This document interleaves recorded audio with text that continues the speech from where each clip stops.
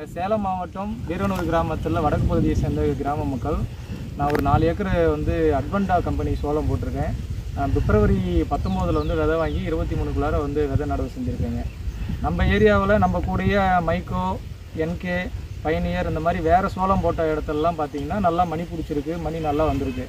ஆனால் இந்த அட்வெண்டா சோளம் போட்ட எங்களுக்கு 4 ஏக்கர்லையுமே எல்லா பராமரிப்பும் கரெக்டான நேரத்தில் தண்ணி கட்டுறதுலேருந்து, உரம் போடுறதுலேருந்து, களை எடுக்கிறதுலேருந்து எல்லாம் சிறப்பாக பண்ணியிருந்துமே மணி பிடிக்கலிங்க. கருது வந்திருக்குது, கருது அப்படியே வெறுங்கிறதா வந்து நின்றுச்சிங்க. பின்னாடி ஃபீல்டை பார்த்தீங்கன்னா சோளம் வந்து பார்த்திங்கன்னா கிட்டத்தட்ட ஒரு 6 அடி 7 அடி உயரத்துக்கு நல்லா இருக்குது. தட்டை நல்லா மொத்தமாகவே இருக்குது. கருதும் வந்திருக்கு, கருதில் ஆனால் மணி எதுவுமே இல்லை. நீங்களே பார்த்தீங்கன்னா தெரியும். இதை வந்து அந்த அட்வெண்டா கம்பெனியோடைய ஃபீல்டு ஆஃபீஸரை கேட்கும் பொழுது, உங்களுக்கு இந்த சீசனில் விதையே கிடச்சிருக்காது, உங்களுக்கு எப்படி விதை கிடச்சிது, யார் உங்களுக்கு விதை கொடுத்தா, நான் உங்களை போடவே சொல்லுது அப்படின்னு சொல்கிறாங்க.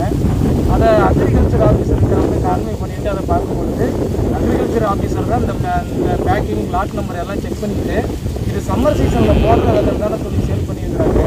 அப்புறம் ஏன் அப்படி சொல்கிறாங்க, அப்புறம் சம்மர் சீசனில் வேறு போட்டு சேர்த்து பாருங்க அப்படின்னு சொல்லியிருக்காங்க. அப்போ அதில் கேட்கும்போது ஏங்க உங்கள் பாக்கெட்டில் சம்மர் சீசனில் விதை நடவு செய்யலாம்னு இருக்குது, உங்கள் கடையில் நான் பாரதி அக்ரிகல்ச்சரில் வந்து ஒரு விதையை வாங்கினேன், அங்கே போய் வாங்கும்பொழுது எதுவுமே சொல்லலை, நடவு செய்யலாம் நடவு செய்யக்கூடாது ஃபீட்பேக் எந்த ஒரு அட்மிஷன் கொடுக்கல, வாங்கிட்டு வந்து நடவு செஞ்சுட்டேங்க. கிட்டத்தட்ட 1,70,000 மேலே நூறில் செலவு பண்ணியிருக்கேன்.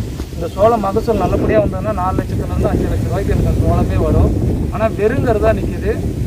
நம்ம முதலமைச்சர் தனிப்பிரிவுக்கு வந்து இதை பெட்டிஷன் போட்டிருக்கேன், அக்ரிகல்ச்சர் பண்ணியிருக்காங்க. இதனால் நான் என்ன சொல்ல வரேன்னா, அட்வெண்டா கம்பெனியில் வந்து சம்மர் சீசனில் எங்கள் சோளம் வராதுன்னு அந்த ஆஃபீஸரே சொல்கிறாங்க. ஆனால் அட்வெண்டா கம்பெனியோடைய அந்த பாக்கெட்டில் சம்மர் சீசனில் விலையுன்னு சொல்லி பிரிண்ட் லேபிள் அடித்து கடையில் விற்கிறாங்க. கடைக்காரங்கக்கிட்ட போயிட்டு அட்வெண்டா கம்பெனிக்காரங்க இது மாதிரி விற்கக்கூடாதுன்னு சொன்னாங்களாமே, ஏங்க அப்புறம் எனக்கு விற்றன்னு கேட்டுட்டா, விற்காததுக்கா உங்களுக்கு நாங்கள் சோளத்தை கொடுக்குறோம், விற்காததுக்கா கடைக்கு வந்து சோளத்தை இது பண்ணுறாங்க, அந்த சம்மர் லேபிள்லாம் இருக்குது பாருங்கள் அப்படின்ற மாதிரி சொல்கிறாங்க. எந்த ஒரு ஃப்ரீ அட்வைஸும் கொடுக்குறதில்ல. அட்வெண்டா கம்பெனிக்காரங்க விவசாயிங்க தலையில் வந்து கட்டி சோளத்தை விற்கிறது தான் பார்க்குறாங்கன்னு ஒழிஞ்சு இந்த சீசனில் வரும் இந்த சீசனில் வராதுன்னு அட்வைஸும் கொடுக்க மாட்டேன்றாங்க. மொத்தத்தில் எங்கள் ஏரியாவில் நிறையா விவசாயிகள் அட்வெண்டா பயிர் பண்ணதில், அட்வெண்டா அந்த சோளம் போட்டதில் நிறையா மகசூல் லாஸ் ஆகிருக்கு. வெறும் தட்டையாக நின்றுருக்குது, சோளம் வரல, வெறும் இந்த சோளத்தில் பார்த்திங்கன்னா மணியே இல்லாத வெறும் கருதாக இருக்குதுங்க. இதுக்கு தமிழ்நாடு அரசுக்கிட்ட நாங்கள் கேட்குறது என்னென்னா, அட்வெண்டா கம்பெனி விவசாயிகளுக்கு வெறும் விதையை மட்டும் விற்றுட்டு பண நோக்கத்தோடு செயல்படுறதை நிறுத்திட்டு, எந்த சீசனுக்கு விளையுமோ அட்வெண்டா கம்பெனி பாரு, எந்த கம்பெனியாக இருந்தாலும் சரி, எந்த சீசனுக்கு எந்த ஏரியாவில் எந்த விதை விளையுமோ அந்த விதையை மட்டும் மக்களுக்கு சென்றடைகிற வழியில் வழிவகை ஏற்படுத்தி கொடுக்கணும்.